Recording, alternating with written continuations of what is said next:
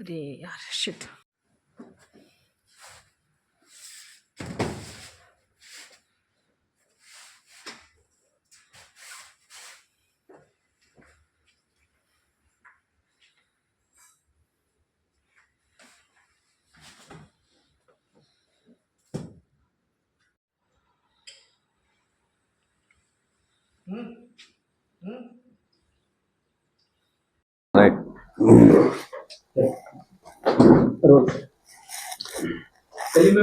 हा जो HMPV virus बद्दल सध्या जे सगळीकडे डिस्कशन चालू आहे, तर त्या अनुषंगाने पूर्ण हेल्थ डिपार्टमेंट जे आहे अगदी अलर्ट मोडवर आहे.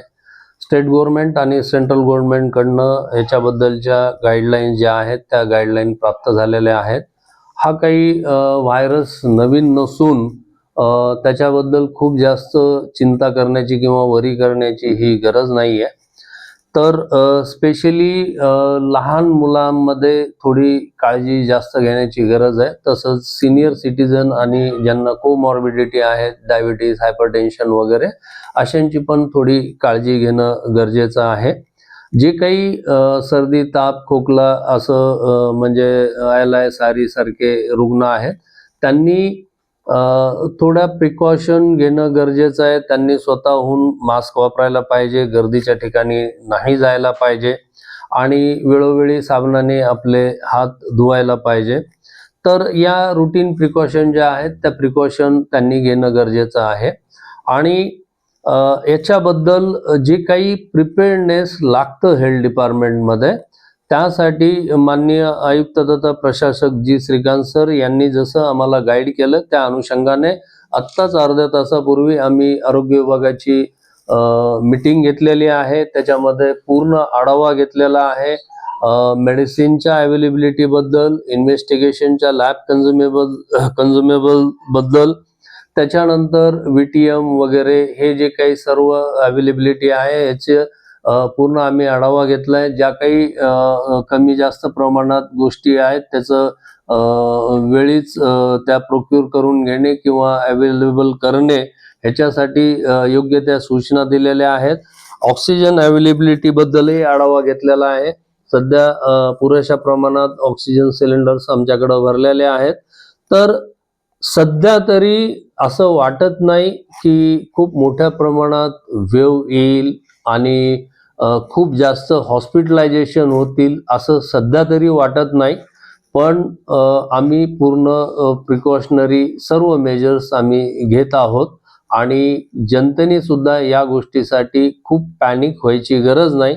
पण प्रिकॉशन मात्र नक्कीच घेणं आवश्यक आहे. रुग्णालयांना काही सूचना दिल्या आहेत? हा, हे खाजगी रुग्णालयांनाही आम्ही सूचना दिलेल्या आहेत. IMA ला आम्ही पत्र दिलेलं आहे काल. त्याच्यानंतर पीडियाट्रिक असोसिएशनला पत्र दिलेलं आहे. घाटीला सुद्धा आम्ही पत्र दिलेलं आहे. त्यांच्याकडे सुद्धा सर्व गाईडलाईन्स प्राप्त आहेत.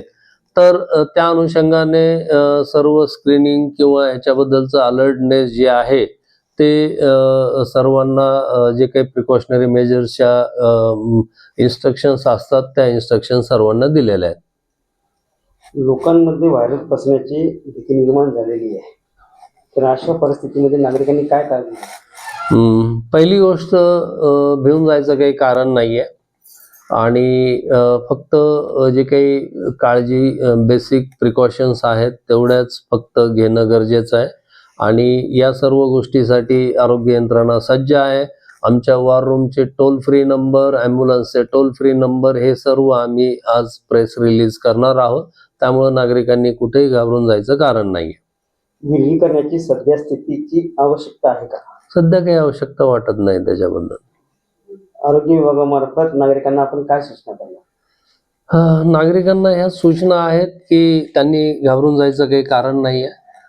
प्रिकॉशन्स घेणं गरजेचं आहे. ज्यावेळेस काही साईन सिम्पटम्स वाटतात त्यावेळेस डॉक्टरचं कन्सल्टेशन करून घेणे आणि डॉक्टरांनी जे ॲडवाईस केलेले त्या मेडिसिन घेणे, त्या प्रिकॉशन डॉक्टरांनी सांगितलेल्या त्याची म्हणजे अंमलबजावणी करणे.